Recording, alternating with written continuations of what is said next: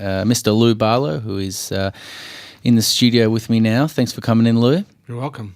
We kicked off with, it must be funny for you hearing all these records that you I know, that kind of surprised me a little bit. hearing old stuff. Well, yeah, hearing Deep Wound, sure. Yeah.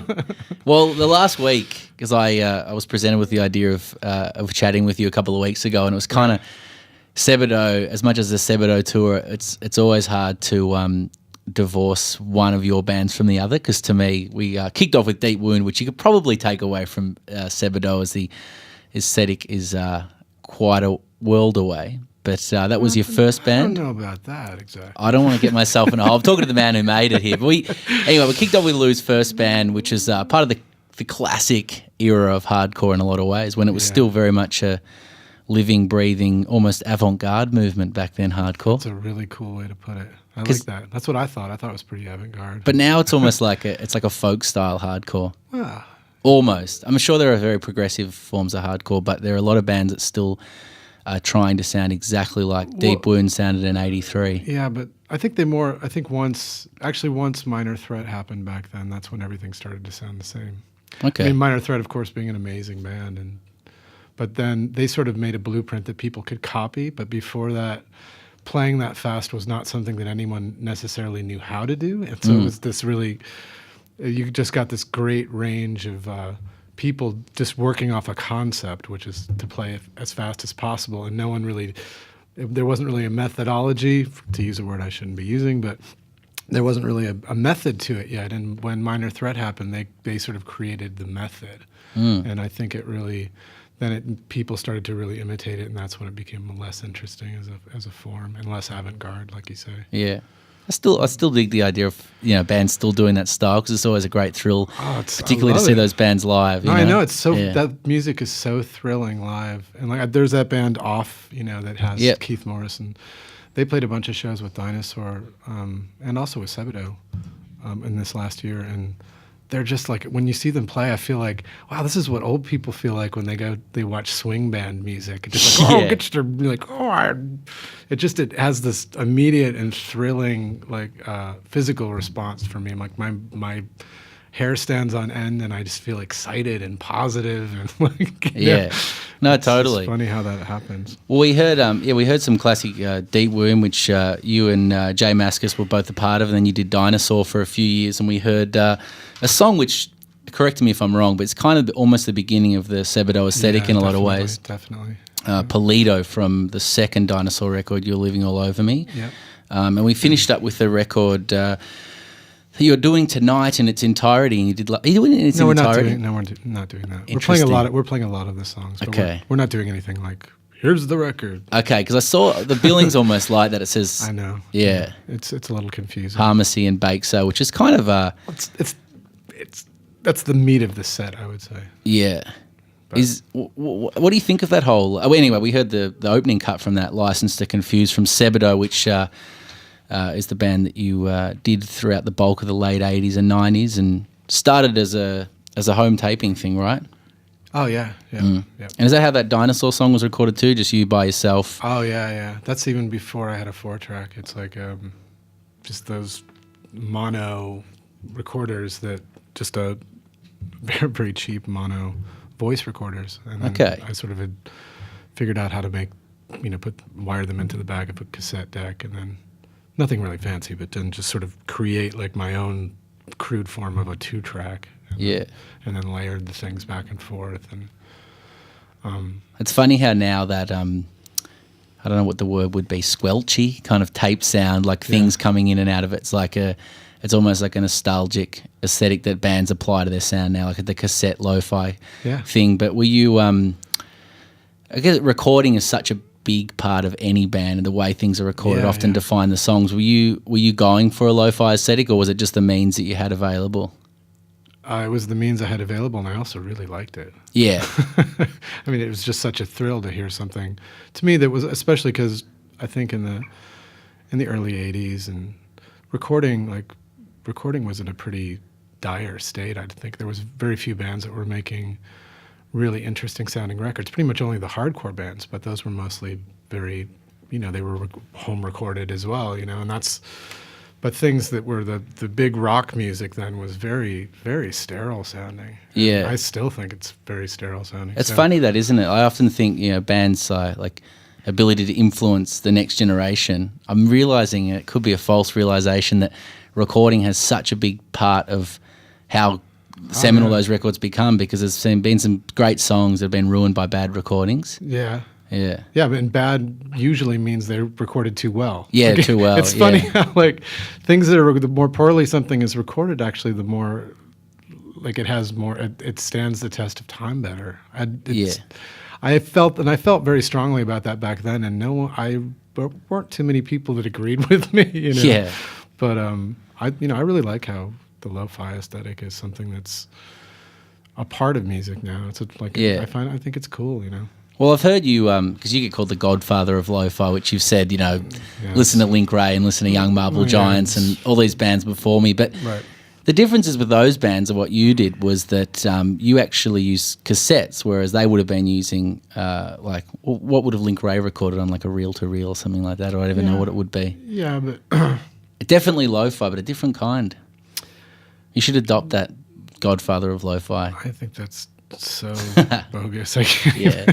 But you did, the cassettes, I guess, wouldn't have been around. Like home taping would have been quite relatively new when you started doing Sebadoh stuff. Like how, I guess, I guess, I mean, Daniel Johnston did his records. I mean, his first cassettes were released probably like a year before I was doing so. Oh, yeah. Not that I think there's I wasn't influenced by Daniel Johnston. It's just I had started to do it, and then when I met Sonic Youth, and they were just always amazing about playing music that they had found from around the country for people, and they played Daniel Johnston to me for the first time, and I was like, oh God, he beat me to it. Yeah. But he was sort of operating on what I did was more nihilistic and kind of it was. His stuff, of course, is really dark, but.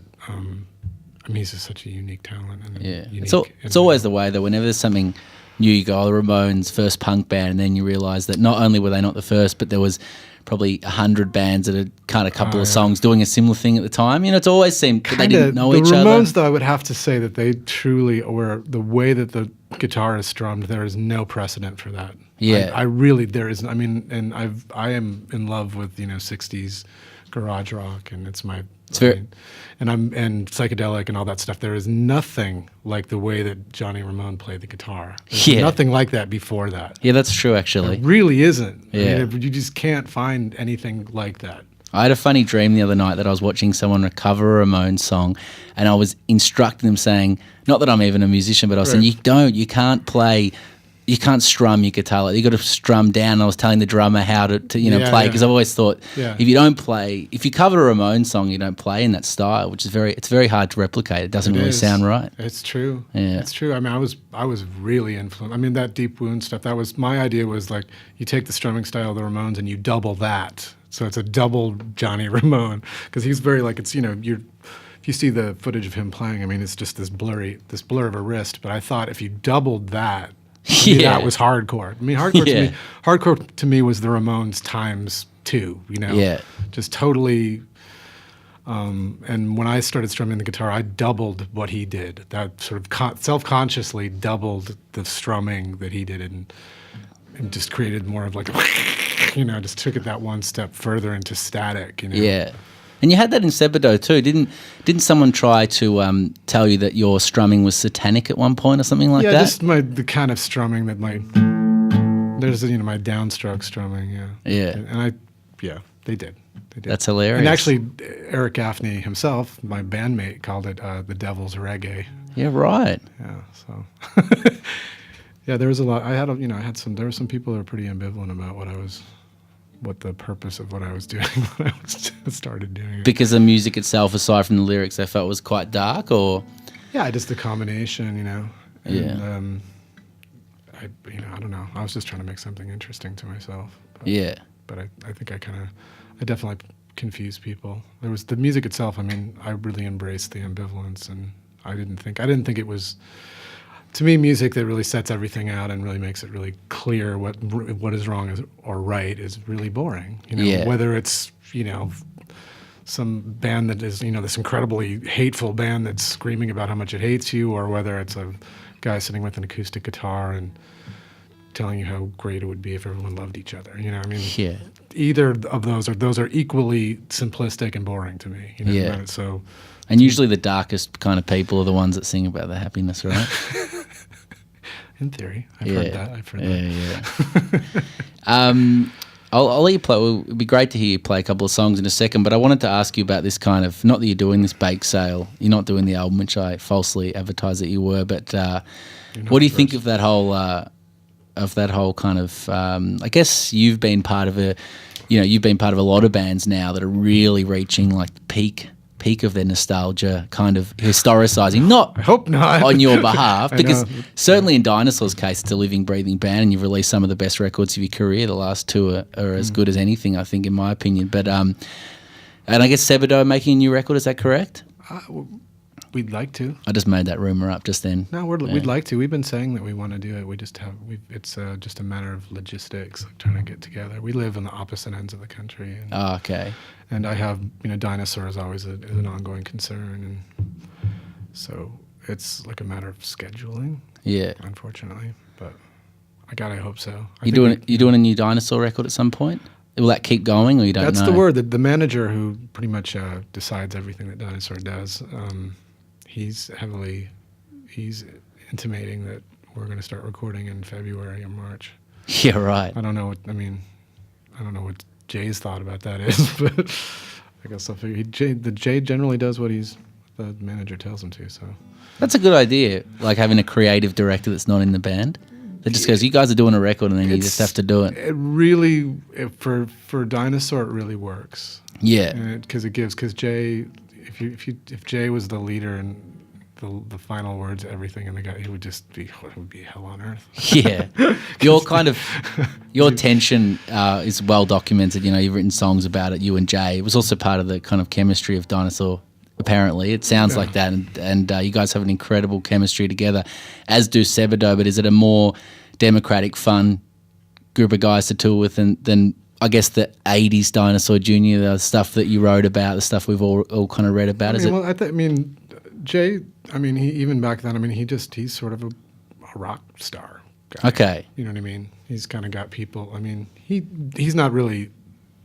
Jay will get down and dirty. He's not like a prima donna by any stretch, but he's got he's got people who do stuff for him, and that was the way when I was in the band, I was doing stuff for him, and then he's managed to find people who do they kind of get their hands dirty and do the stuff that he doesn't want to do, and he gets the back lounge of the bus and gets his single hotel rooms and all that kind of stuff, and I benefit from that kind of thing too when I tour with Dinosaur. But when I go with Sebadoh, it's just like, well, we need to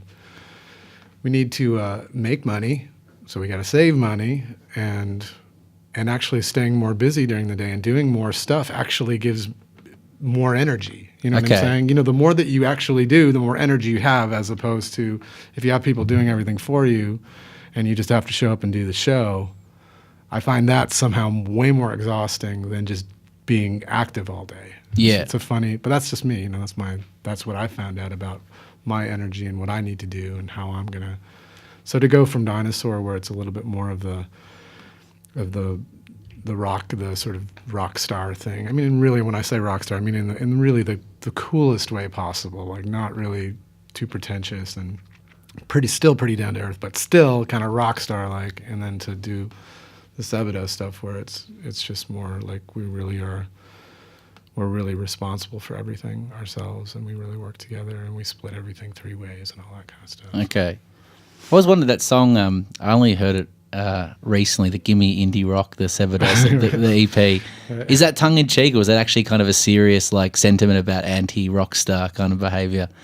It was both. I don't know, just something that kind of cracked us up while we were recording. And it's in a certain way, it's a very honest depiction of my own my own like journey through music. You know, that line by line, it's really just my story. Yeah. You know, I thought so, but I wasn't. I think it's also Time and a Place. Probably came out like 1990 or something, and I wasn't sure what it meant to sing. Yeah. It's hard for any of you listening that don't know the song. Look up the lyrics online, but. But yeah, anyway, well, and what are we going to hear? You're going to play a couple of songs today, Lou? I guess so. I don't know. I was working on something. I woke up this morning and I went to sleep with this kind of pointless riff that I had, and then I woke up and I finished it. So I'm just gonna do it, even though it's that's good. I don't know if it's good. I don't know if it's good or not, but I'm just gonna do it because then I'll figure out whether it's good or not. Yeah.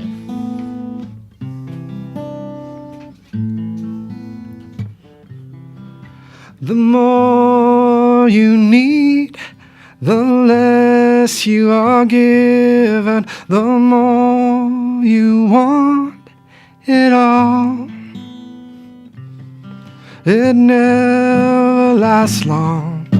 It's never forever. Left hungry on our own.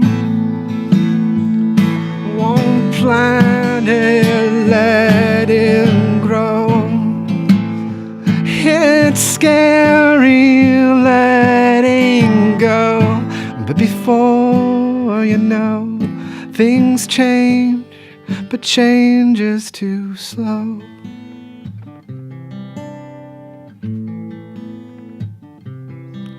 The more you need, the more you want. You tell yourself to fight, clinging to your rule like religion. Forget the truth within, but bury it will grow. Your anger starts to show, but nature takes her time, and before you know, things change, but change is too slow.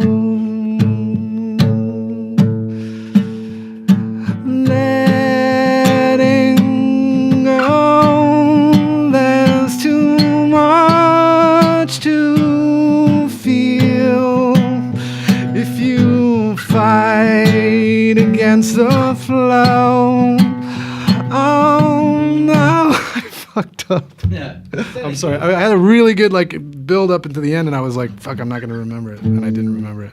Anyway, dang, I was really trying to be brave and do this, and I screwed it up. Oh well. It's too much. Oh well, I'm not gonna be able to do it. I had this nice ending, and I messed it up. That's all right. Darn it. Oh well. Sorry. I'll play this. I'll play a Sebadoh song. I have a friend who he asked me to play this song at his wedding. So this is I'm gonna remember it now. Yeah. See how we've taken all this sweet time to decide. Watered that tree, watched it grow another 50 feet high. Together, shared and strong, a stem right in. Forever is not that long, so let's begin. I feel this connection like the earth underneath me. I feel this connection if I'm here, there, or anywhere I stand. The time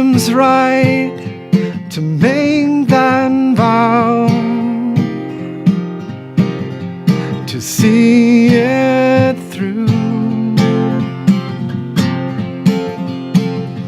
The future, the here and now. Me and you. And it's sweeping our childhood away.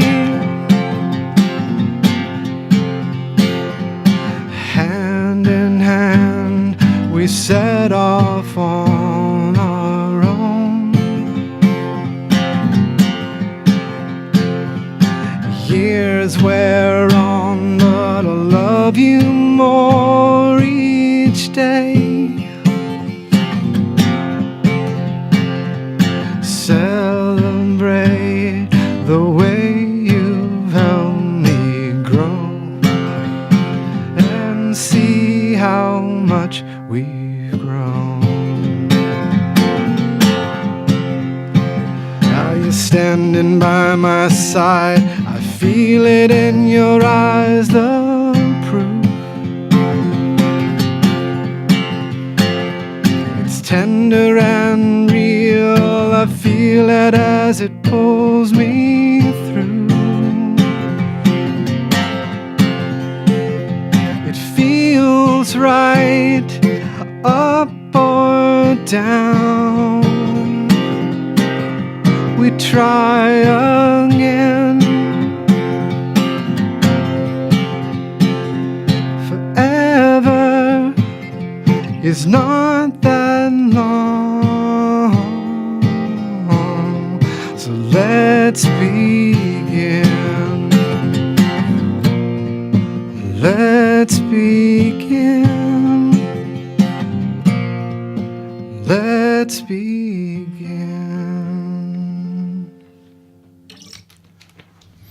Just turn your radio to Triple R. We've been hearing from Lou Barlow. Thanks for that, Lou. That sounded killer. Cool. You got a very portable sound when you play solo. Portable. It's a nice port. I remember at Golden Plains last year when you were playing with Dinosaur and you just did a little set to the side, and it must be nice, being in going from a wall of sound band. It's awesome. To being able to just play an acoustic. That's awesome. Yeah. It's great. I mean, 'cause to experience that Dinosaur Junior, that womb of sound that we make, and then just. But even Sebadoh and the full band out, still a band, Oh yeah. No backline required with this act. No.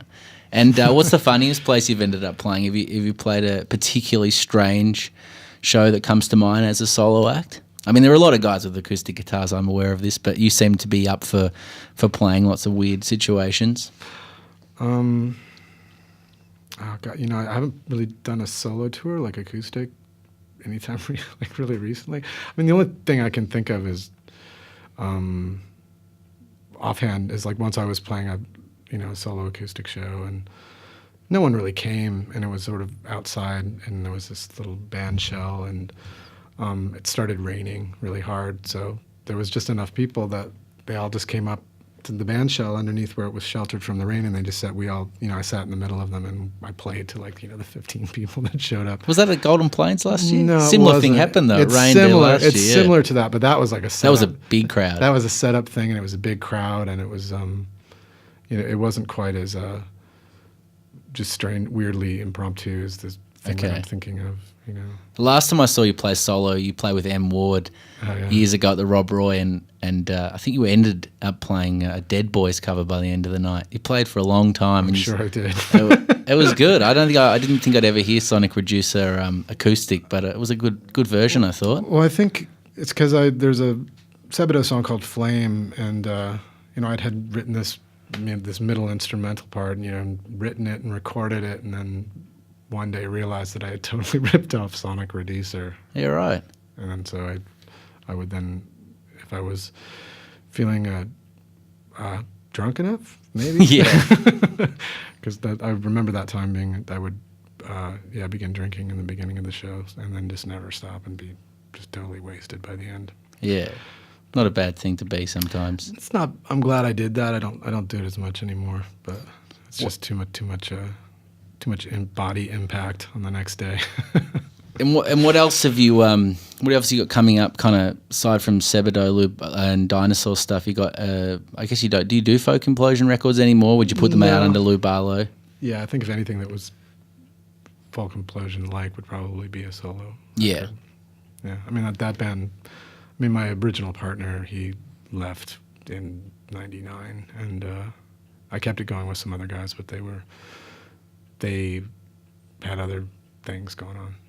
Their own, so they were conquering the world in their own way. So yeah, I had to let them go. But fair enough. Yeah. Actually, I should say if you're a fan of Lou's stuff solo, you should check out the cassette that Missing Link here in Melbourne put out a couple of years back. It's actually sadly closing down as we know it. They're kind of merging, but really?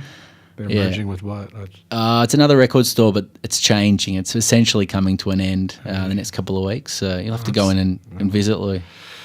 Wow, that's sad. Yeah, that whole indie kind of record store and radio culture has followed you around your whole life.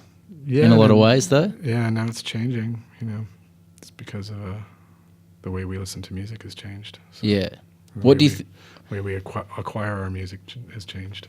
Do you think there'll be some kind of, you had the kind of cassette aesthetic that came out of, what you had around you? Would there be like a kind of YouTube or something like that, like a kind of sound? I wonder what will, if there'll be a sound that'll come out of some kind of digital. I know, like people. Do you know what I mean? Yeah, exactly. Like people really like that weird whooshy artifact sound that you get from YouTube, and that always drove me. It kind of drove me nuts about just the switch over into MP3s. I mean, at first when MP3s happened, I was like, these sound really terrible, right? Yeah. I mean, and not terrible like in a lo-fi kind of way, but then in just a very jarring kind of digital way. But it's funny how our ears just totally adjust to that. And now we just routinely listen to things on our laptop speakers, and that's fine. We like that. And so it's funny that will create its own nostalgia, probably.